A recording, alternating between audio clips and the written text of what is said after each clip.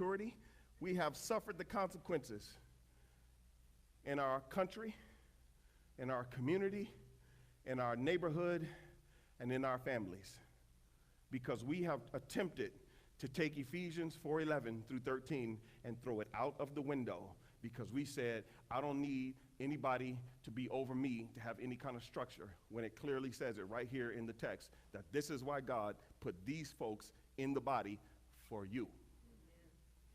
But we got people running around raggedy because people want to reject that. I'm not doing any of that. No, that's the reason why you are where you are, perhaps. It's because you don't understand authority.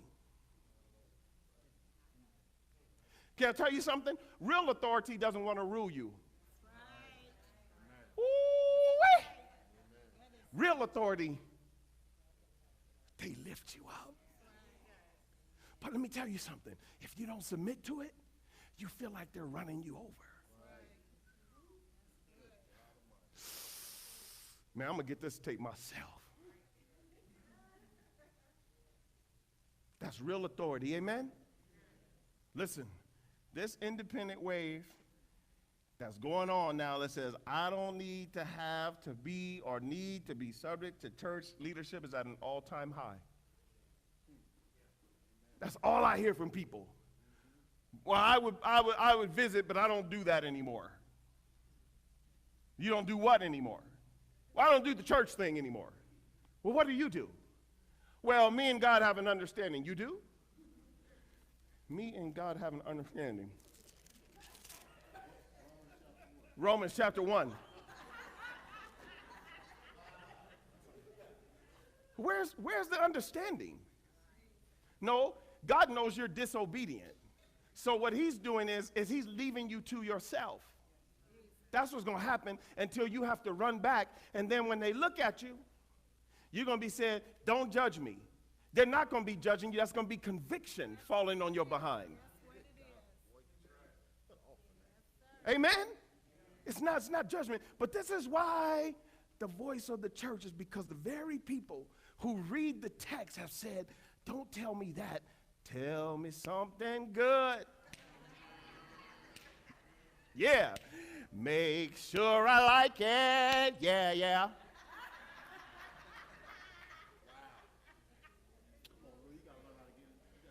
Romans chapter number 13, verses 1 through 2. Watch this. And here you go. This isn't me. This is Romans chapter 13. This isn't me. This is not Demetrius Latoine.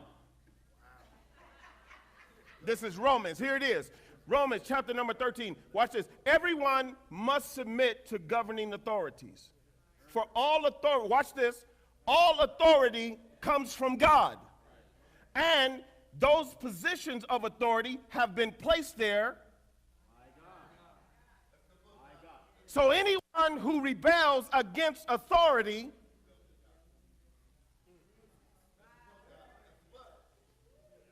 tell me something good. Yeah. Listen, that's good stuff right there. Do you know that this will save your life? Listen, God is not trying to keep you from living. He's trying to keep you alive. Amen? He's trying to keep you alive. Let me go on further. One more, watch this. Numbers 27:15, watch this. Then Moses said, now you have to understand something. Moses knows he's about to check out of here.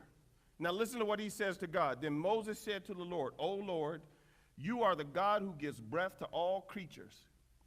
Please appoint a new man as a leader for the what? He didn't say, please appoint 25 men. Does it say that in this text? Let me see. I don't have my glasses on, but does it say that? It says, please appoint a new man. See, we've even gotten to this thing in the church. Well, if they don't want to talk to me, if I don't have anything to say, then I'm not going. Well, no, don't go. Don't go. God didn't give 25 people the vision. I didn't say it. It's right here. I didn't say it. appoint a man over the community. Watch this. Give them, the community, someone who will guide them wherever they go and will lead them into battle, so the community of the Lord will not be like sheep. I didn't say it. It's in the text. The reason why the voice of the church is dying off in community, in our culture, is because we don't want to follow what God said. We don't want to do it. We've decided, I'm going to make this into a thing that works for me. And if it doesn't work for me, I'm out. I'm going to go find some place where, hey, I can go, but I can sit in the back and I'll leave. I don't have to be connected. I know what to do in church. God has called you to be more than that. God has called you to be his disciple. Yes. Amen? We are so good at all the other things that we know how to do. Everybody wants his hand. Everybody wants his hand. Everybody wants his gifts. Give me the gifts, God. Give me the gifts. And people love the gifts. I love the gifts. But man, who are you under? Who are you under? Who are you submitted to? What church do you belong to? What community are you a part of? When people come in and they introduce themselves to me by their title, that's automatically whoop. Antenna shoots straight up in the air. Well, hey, how you doing? Oh, brother, I'm the pastor of the so-and-so, of the prelate of the higher calling of the grounds of Jesus back in the day, over here, apostolic ministry of the fourth call in the 27th heaven. The moment you start introducing me by your title, I know that you're not submitted to anyone and you're a floater. It causes death to the voice of the kingdom and culture, because you're running around because you couldn't find anybody to sit under because you thought you were smarter than them. So instead of sitting under them, you said, no, I'm going to go start my own thing. Do you know how many people are out there doing their own thing? And there's no fruit.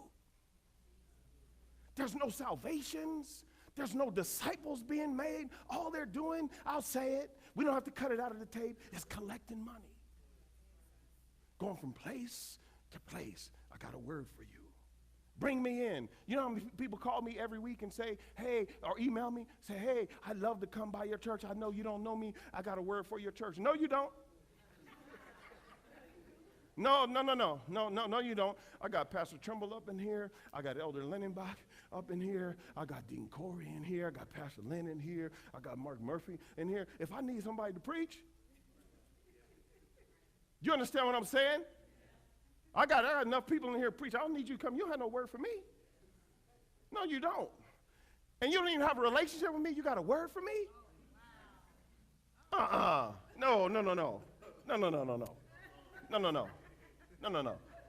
Listen to me. Let me finish up here.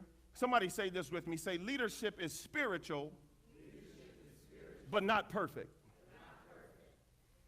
I hope you get that. Let me help you. Leadership is spiritual based on what I just showed you. But it's not perfect. How do I know it's not perfect? Because Apostle Paul was murdering people before he was an apostle. Listen to me. I'm not talking about that kind of murder that you do on PS4, where you hit it again and it comes back to life and you get a new life. I'm talking about murder. Dead. Like done, over. He was standing there when Stephen got stoned. He was on his way on the road to Damascus to get at God's people. And God had to knock him, Shandako, on his bakukok to get his attention. Do you understand what I'm saying to you? Listen to me. But how can God take a man who used to be a murderer and then make him his apostle? Because he uses imperfect people. So don't be sitting here talking about, I dare him to say anything else. You say one more thing, and I'm going to leave. I'm going to get up out of here because I don't want to hear that I need to be in the church to do this, that, and the other. And you sitting there like you got it all together, like you've never done anything. God, listen to me. Let me tell you how powerful it is. God takes imperfect to preach the imperfect. Woo, you missed it. He says, you preach to that. And when you say what I say, I'm going to be in the middle, and what I am is good, so both of y'all can be good. Yeah. Let me highlight one more man, King David. He was a man after God's own heart. Woo! But he loved the honeys. David was, what's up, girl? How you doing? David rolled up with the locks, and he had his muscle shirt on. So, girl, woo! Listen to me. David loved women so much. He loved women so much that when he was dying, do you know how they found out he was dead? They took a woman and put the woman in his tent. And when the woman came out, they're like, what you doing? She said, the king is dead. That's the only way they knew that joker was dead. Because David loved him some women. But God said he's a man after my own heart. How can God take a man like David and have him leading some people? The other time we saw David, he's in the cave of Adullam with a whole bunch of crying men. They're all, and David's like, ah! And God said, you are my king. That doesn't even make sense. But it does to God. Amen? Let me wrap up here. Listen to me. Christian leaders have a twofold purpose, okay? They mentor and raise up others, right, while feeding God's people. Paul did it. Amen? Paul did it, right? Listen, God's expectation of you towards leadership is this. This is God's expectation for you towards his leadership. Hebrews 13. Have confidence in your leaders. 13:17. And submit to their authority, because they keep watch over you as those who must give an account. Do this so that their work will be a joy, not a burden. For that would not be of benefit to you.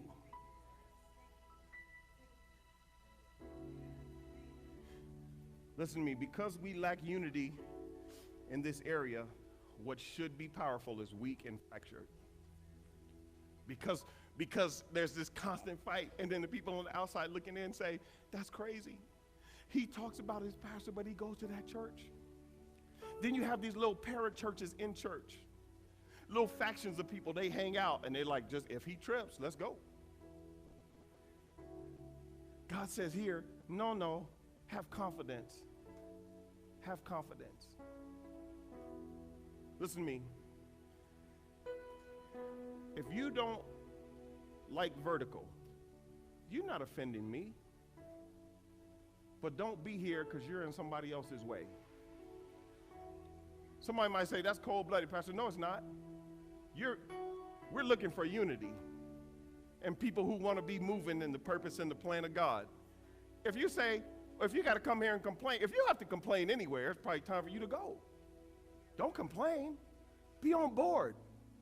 Be ready to go. This is what's causing the death of the voice of the church and culture, is that you come and you complain. You're not even contributing. Contribute. Contribute. Amen? Listen to me. Many of you have been under poor leadership. Don't raise your hand. I have. I can raise my hand. Many of you have been under poor leadership, but I'm going to tell you something. God designed it. Ooh-wee. You like, Pastor, you're going to have to help me with that one. I'm getting ready to. God designed it. King David was sent to Saul by God. God sent David to a crazy man. You know why? God sent David to Saul to teach him what not to be. The poor leadership you were under, it was teaching you what not to be. So you see it as, man, God, I wasted time. No, you didn't. God was teaching you how to be his man, his woman, his child of God. Amen? Write these down really quick because I'm done. Acts chapter number 6, read verses 1 through 4. That's the kind of leadership that we practice. That's the kind of leadership that's plural. There's me with other elders, leaders, and deacons here. Somebody has to take the role and responsibility of the overall vision of the house. That would be me. But I need these other people to lead with me. So we practice Acts chapter 6, verses 1 through 4. That's what we practice. Not like for example, this is, and read that, okay? Because it says this. People oftentimes say these kind of things. Well, how come the pastor didn't show up? See, that's why. He just wanted everybody else to show up. I'm not supposed to show up at everything. Read the text. I'm supposed to stay in the word. And then I have other people helping me do that. I don't need to show up at the hub in Peoria. I don't need to show up at the hub in Phoenix. I don't need to show up at the hub in Surprise. I don't need to show up at those things all the time. I have leaders doing that are assisting me to get that done. It's in the text. Exodus also too, that you can read in there, that'll help you. Exodus 18:13 through 27, you can read that. All that is great information about the man of God. He goes to his father-in-law Moses and he tells him, he said, look, Moses, you're dealing with subjects that you don't need to deal with. Give that to somebody else and let them deal with it. It helps, folks, when you do it right. Stand to your feet, I'm done. I know I went over, but I thank you for your time this morning. Come on, and I'll get you out of here. I know you guys got lunch and all that kind of stuff. That's why I went last night, so I can go take a nap. I did. I beat the crowd at cheesecake.